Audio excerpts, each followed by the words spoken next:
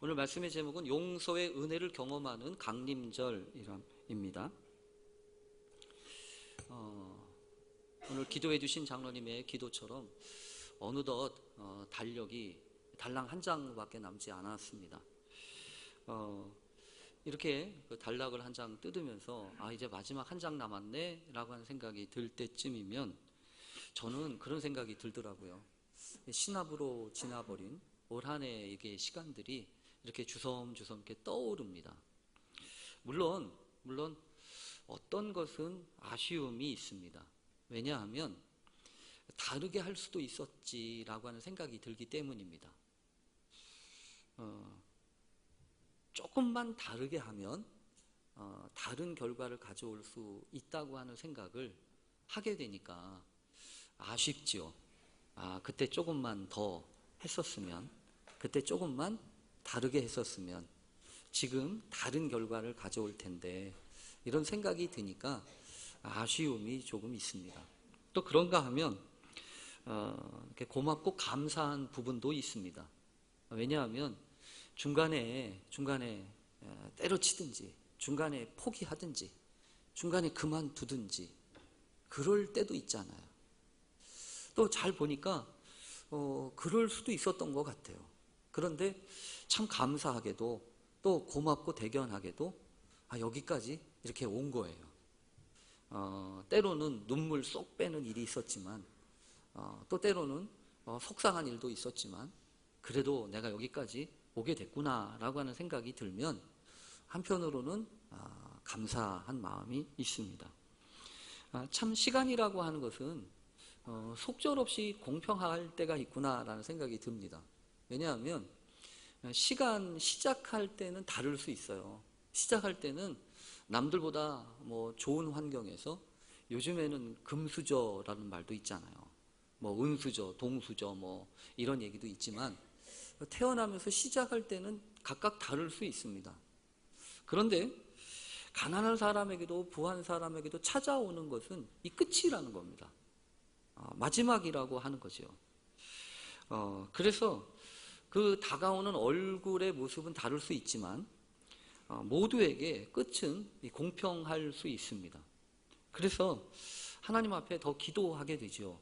하나님, 이 마지막 시간만큼은 내가 솔직하게 해주시고, 마지막까지 거짓을 붙잡고 있다고 하면 그게 얼마나 안타까운 일이겠어요.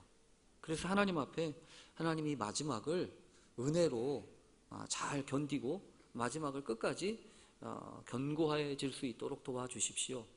그 어디 커피의 광고처럼, 그 광고의 문안이 그렇다면서요. 마지막 한 방울, 끝까지 남는 그 한 방울까지 맛있습니다. 마지막 남은 그 한 방울까지 맛있는 커피처럼 하나님, 우리의 인생도 마지막까지 견고하고 또 흔들림 없이 가게 해주세요. 그렇게 기도하게 됩니다. 그래서 중요해지는 게 있습니다. 뭐냐면 기다리는 거예요. 마지막을 잘 기다릴 수 있어야 합니다. 교회는 12월이 되면 강림절이라고 하는 절기를 맞습니다. 이 강림절이라고 하는 절기는 다른 게 아니고, 예수님이 이 땅에 오셔서 아기가 되시고 우리와 함께 하시는 것을 구주강림이라고 하는데, 그 구주강림을 기다리는 절기가 바로 이 대강절, 대림절, 강림절이라고 이렇게 표현을 합니다. 그러니까 이 교회는 12월이 되면 기다리는 것을 훈련합니다. 기다리는 것을 연습합니다. 왜 기다립니까? 기다리면은 뭔가 일어나거든요. 기다리면 어떤 사건이, 새로운 사건이 우리 가운데서 일어난단 말이에요. 사실 여러분, 기다린다고 하는 것도 능력입니다. 기다리는 것도 능력이 있어야 돼요. 아이들은 기다릴 줄 모릅니다. 애들은요, 참을 줄 모릅니다. 그래서 기다린다고 하는 것도 훈련이 되어야 돼요. 기다리는 것도 분명히 능력입니다. 그래서 하나님 앞에 우리가 이 12월 한 달을 지나면서, 하나님, 내가 기다리는 것을 훈련하게 해주십시오. 또 그렇게 기다리면서 내 인생에 필요한 부분들을 내가 잘 다시금 돌아보게 해주십시오. 그렇게 우리가 하나님 앞에 간구해야 합니다. 왜냐하면 어떻게 기다리느냐에 따라서 결과가 사뭇 달라질 수 있기 때문입니다. 제가 말씀을 준비하다가 재미난 비유처럼 얘기를 하나 이렇게 쓴 글을 제가 하나 봤어요. 뭐냐 하면 콩나물과 콩나무의 차이입니다. 요즘에는 그렇게 먹는 사람이 거의 드뭅니다. 그런데 제가 어렸을 때만 해도 시골에 가거나 또 간혹 보면 이제 집에서 콩나물을 길러 드시던 분들이 있었습니다. 아마 여러분도 아마 그런 경험이 있으시죠? 콩나물을 여러분 어떻게 기릅니까? 시루 같은 거에다가 이렇게 담아가지고 그 다음에 이게 포대기 이렇게 까만 그 보자기 같은 것을 이렇게 덮어놓고 그 다음에 이제 물 주잖아요. 그래서 물 주면 슉 내려가고 또 조금 있다가 물 주면 슉 내려가고 그래서 콩나물을 이렇게 길러서 먹던 그런 게 번뜩 떠오르더라고요. 요즘에도 9일, 19일, 29일은 콩나물 먹는 날이래요. 그러니까 9일 되면 기억하세요. 아마 이게 구자라고 하는 것이 콩나물 비슷해가지고 그렇게 하나 봐요. 근데 별걸 다 얘기하죠. 근데 어쨌든 이 콩나물이라고 하는 것은요 참 재미있습니다. 왜냐하면 이 콩나물은 어떻게 키웁니까? 콩나물은 아까도 말씀드린 것처럼 태양 빛을 보면 안 돼요. 빛을 보면 얘가 이렇게 싹이 나가지고 꽃이 피거든요. 그러니까 얘는 그 철저하게 빛을 가립니다. 그리고 또 물만 주죠. 거기다 다른 거 안 줍니다. 그래서 이 줄기에서 이게 쭉 나와가지고 이게 뿌리가 잔뿌리가 많으면 못 먹어요. 그래서 이 콩나물을 잘 기르려면 잔뿌리도 없이 이렇게 얘기하죠. 저 욕하는 거 아니에요. 대가리, 이 콩나물 대가리하고 줄기만 이렇게 딱 남게 만들지 않습니까? 근데 여러분 그렇게 만들어지는 게 콩나물이에요. 콩나물이라고요. 근데 똑같은 콩인데 콩나물이 되지 않고 콩나무가 되는 경우가 있잖아요. 글쎄 콩나무라고 얘기할 수 있을지 모르겠습니다.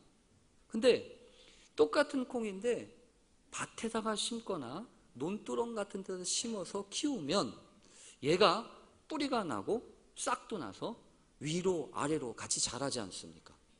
그렇게 자라면서 나중엔 꽃도 피고 또 열매를 맺히죠.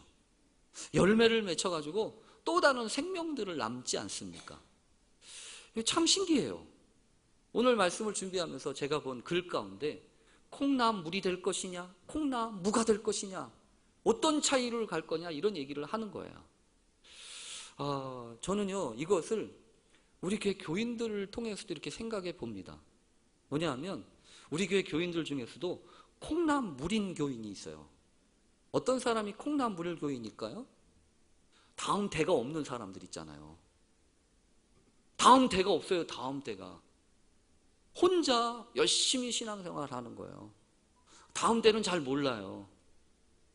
그래서 콩나물이 되어 가지요.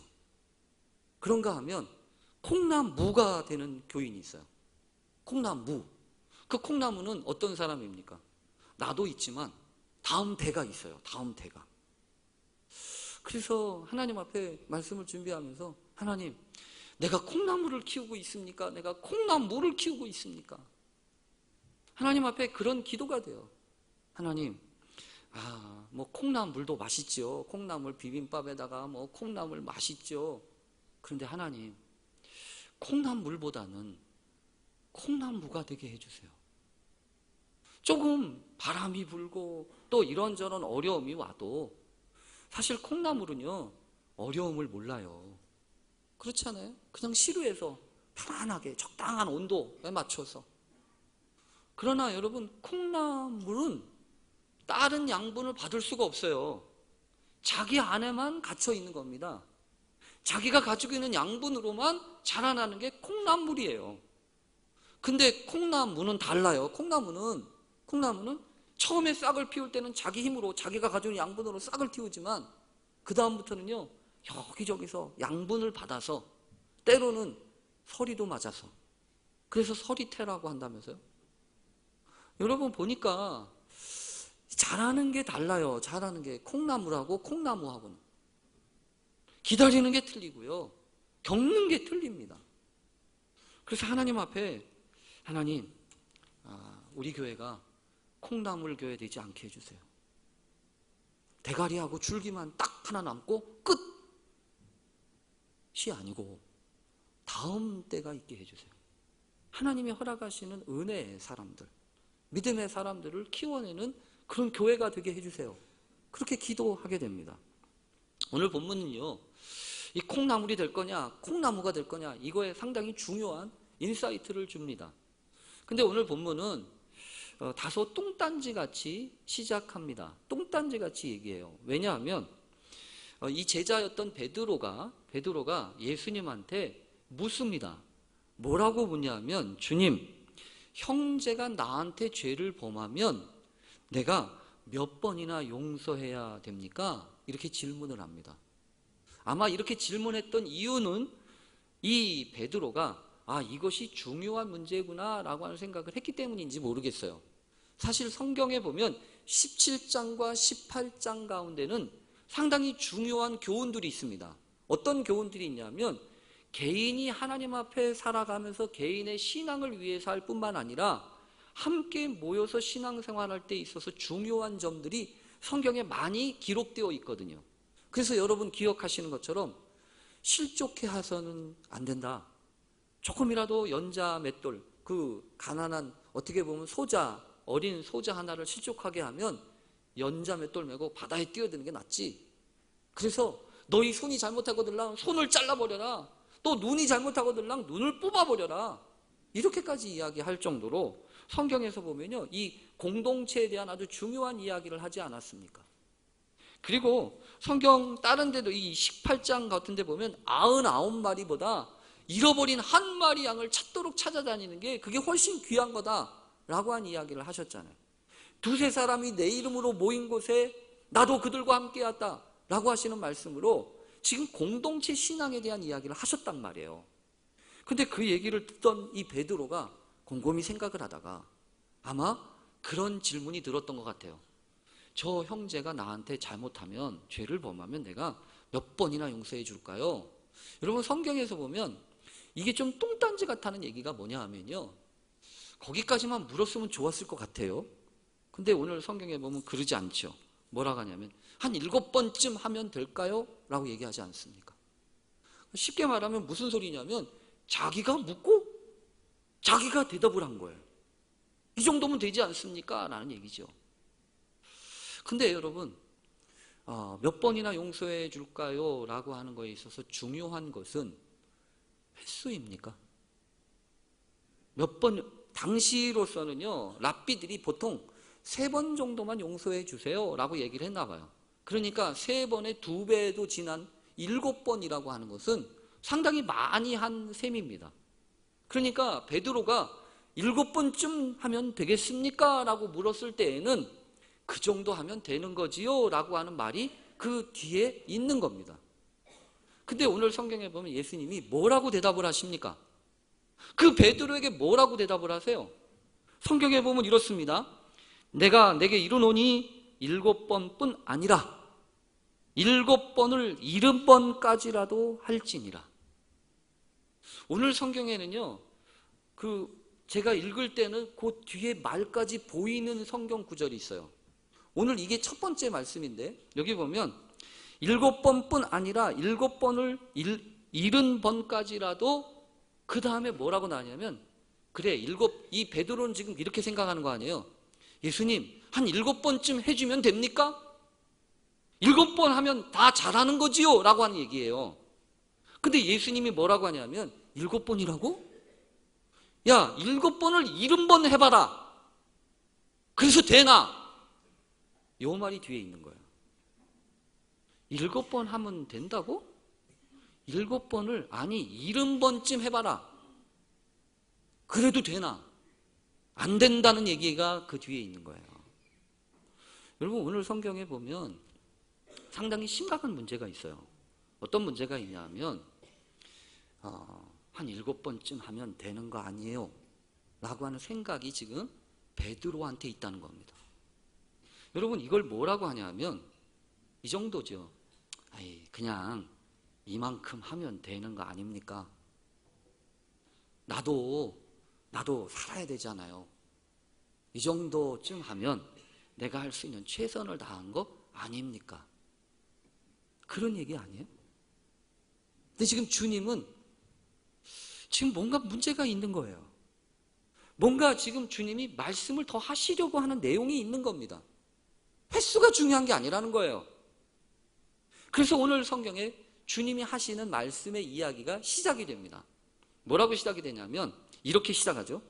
천국은 그 종들과 결산하려 하던 어떤 임금과 같으니, 여기서 여러분 중요한 단어가 있어요.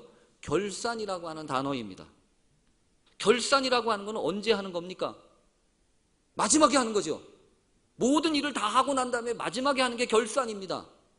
근데 지금 결산을 하려고 하는 어떤 임금이 있다는 겁니다. 그런데 지금 이 결산을 하려고 하다 보니까 어떤 한 사람이 나와요.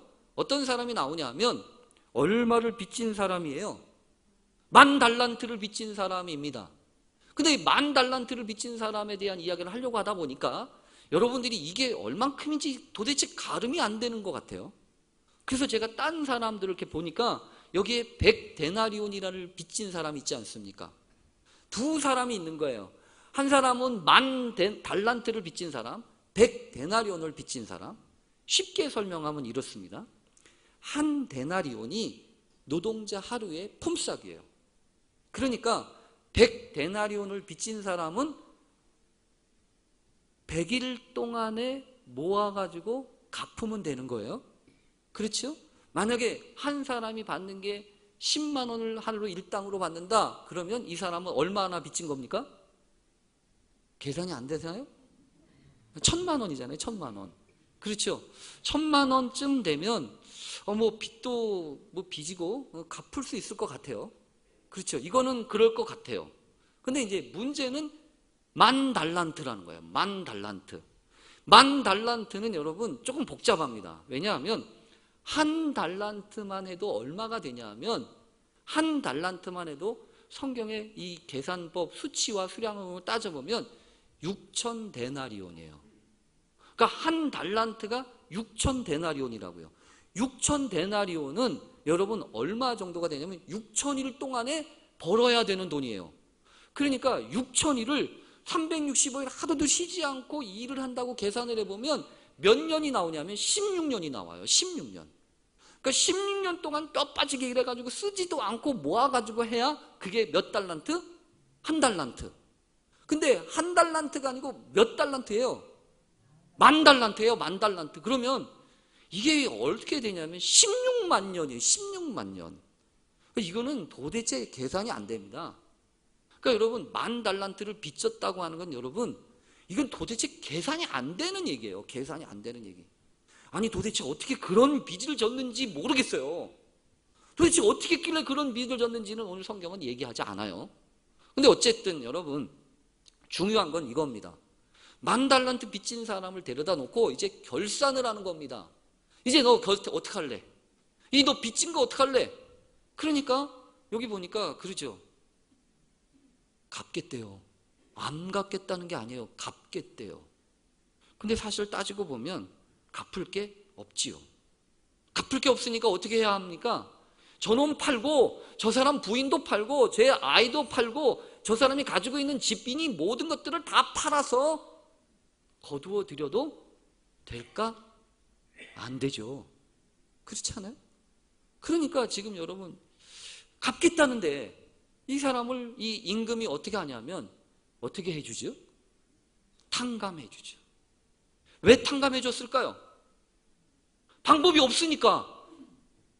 방법이 있으면 방법을 찾겠어요.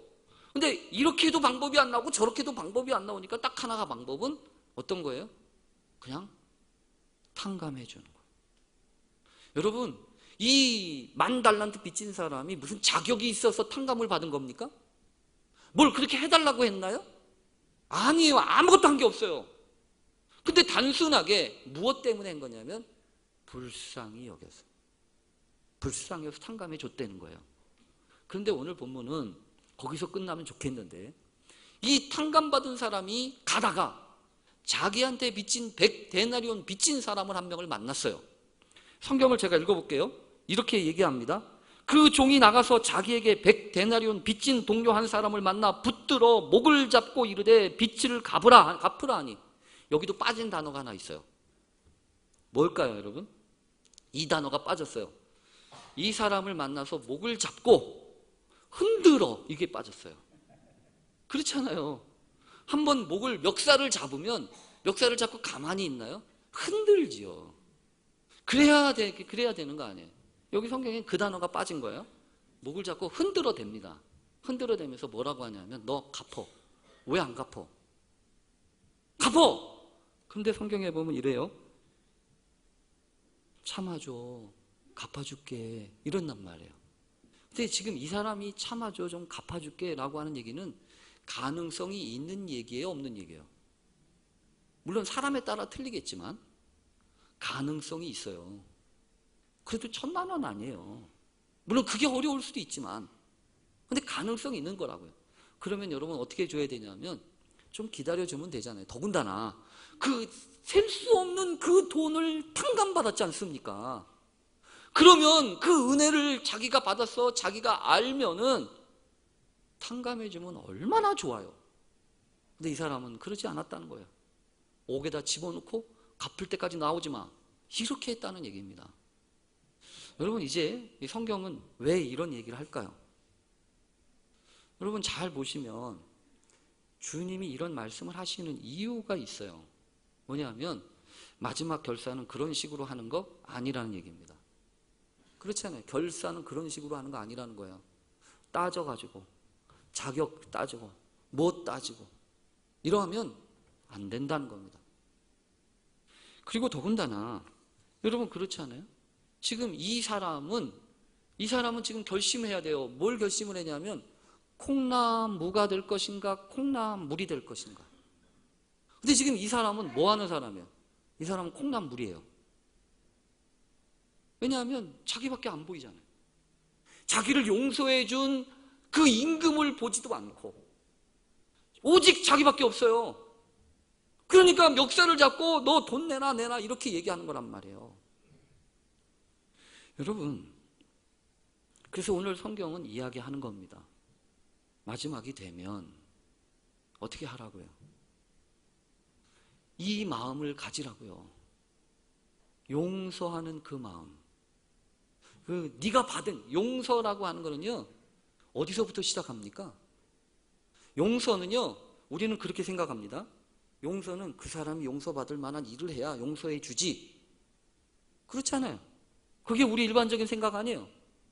그런데 이 성경의 본문은요, 그게 아니라는 거예요. 그 사람이 무슨 그럴 만한 자격이 있어서 용서해 주고 말고가 아니라, 용서는 그냥 흘려보내는 거예요. 하나님의 사랑을 내가 먼저 받았으니까, 그 은혜를 내가 먼저 경험했으니까 나 요만큼만 하면 되죠가 아니고, 여러분 그런 식으로 하면 7번을 70번 해도 소용없어요. 그런 식으로 하면 7번을 70번 해도 소용없다고요. 다 자기가 할 수 있는 만큼만 적당하게 자기가 할 수 있는 그 정도만 해가지고서, 여러분 그러면 하나님의 은혜를 경험할 수는 없는 거예요. 삶도 여러분 여러 가지 삶이 있습니다. 이만큼 하면 됐지 라고 하는 생각. 그런데요, 우리는 그렇게 사는 사람들이 아니에요. 한 번을 살더라도, 횟수가 문제가 아니고 한 번을 하더라도, 내가 자격이 없는데 내게 하나님이 허락해 주신 이 은혜가 너무나도 귀하고 소중해서 이 은혜를 내가 받는 것으로 끝낼 수가 없어서, 그래서 여러분 용서라고 하는 것은 그런 거예요. 내가 받은 그 모든 것을 돌이켜 볼 때, 나는 자격이 없었는데 하나님이 나에게 이런 셀 수 없는 은혜를 주셨구나. 그것을 감사하는 것으로부터 시작해서 나에게 허락된, 나에게 주어진 여러 가지 나쁜 것들, 때로는 속상하고 때로는 가슴 아프고, 근데 그 내가 받은 그 나쁜 것들을 그대로 돌려주지 않고 선하게 응대하기로 작정하는 거룩한 결심이 용서입니다. 그래서 이 용서는 반복된 악순환의 고리를 끊어내는 하늘의 일입니다. 결국 그렇다고요. 매일같이 여러분 해보세요. 나 이만큼 했으니까 너도 이만큼 해, 너도 이만큼 해. 다 그러면 여러분 다 그만큼 하는 사람들이 아니에요. 그건 콩나물이지. 그건 콩나물이에요. 그건 콩나물이라고. 여러분, 용서는 자격이 있어서 하는 게 아니고 또 자격 가지고 할 수 있는 거 아닙니다. 내가 거저 받았으니까 거저 해주는 것이 용서입니다. 용서는 자기 자신이 아니라 상대방을 불쌍히 여기는 것부터 시작합니다. 아무것도 할 수 있는 것이 없을 때 하는 것이 용서예요. 여러분, 세상에서 그럽니다. 뭔가를 하려고 하면 힘이 있어야 된다고. 능력도 있어야 되고 힘도 있어야 되고 시간도 있어야 되고 돈도 있어야 된다고 합니다. 그런데 그런 거 다 없어도 할 수 있는 거 용서입니다. 힘 없을 때 할 수 있는 거 용서예요. 예수님이 그러시지 않으셨습니까? 십자가에서 내려와봐, 내가 너 믿어줄게. 하나님의 아들이라면서 왜 거기 있냐? 라고 하는 그 무지몽매한 사람들의 이야기를 들으면서도 아무 힘없는 사람으로 십자가에 달려 계셨어요. 근데 아무것도 안 하셨나요? 아니요. 십자가에서 하시기 시작한 첫 번째 일이 용서였어요. 아버지, 저들을 용서해 주세요. 저들이 하는 일을 알지 못하기 때문이에요. 여러분, 힘이 있어서 하는 게 용서가 아니고요. 없으니까, 아무것도 못하니까 하는 게 용서예요. 그래서 용서는 내 힘으로 사는 것이 아니에요. 하나님의 은혜로 살기로 작정할 때 하는 게 용서입니다. 이 마지막 끝을 생각하면서 내가 한 여러 가지 것들이 생각이 나십니까? 그래서 한 7번쯤 하면 됩니까? 라고 그런 마음 있으십니까? 그러지 마세요. 그러지 말고 그런 식으로 하면 7번을 70번 해도 될까 말까다. 아니, 안 된다 라고 하는 거 기억하면서 하나님, 내가 한 번을 하더라도 하나님의 은혜를 기억하고 그 은혜를 흘려보내는 그런 믿음의 사람이 되게 해주십시오. 그렇게 기도하는 우리 모든 교우들 되실 수 있기를 간절히 축원합니다. 아멘. 기도하겠습니다. 하나님 아버지, 해도 안 되는 그런 부분들이 있는 거 아시지요? 멀리 있는 사람을 용서하라고 하면 차라리 쉽겠습니다. 그런데 매일같이 얼굴을 맞대고 보아야 하는 사람들을 용서한다는 것은 정말 쉽지 않습니다. 그러나 주님, 기다림을 배우는 이 강림절, 용서의 신비와 그 은혜를 우리에게 가르쳐 주시니 감사합니다. 내 맘대로 내 뜻대로 이만큼 했으면 됐지가 아니라 하나님, 어떻게 하면 하나님의 뜻을 이룰 수 있을지 한 번이라도 내 뜻대로가 아니라 하나님의 뜻대로 살아보고 싶은 그 놀라운 은혜와 은총을 우리에게 허락해 주시기를 간절히 원합니다. 남은 시간들 결산을 해야 할 터인데 하나님이 지켜주셔서 은혜로 마감하는 한 해가 되게 해 주옵소서. 예수님의 이름으로 기도합니다. 아멘.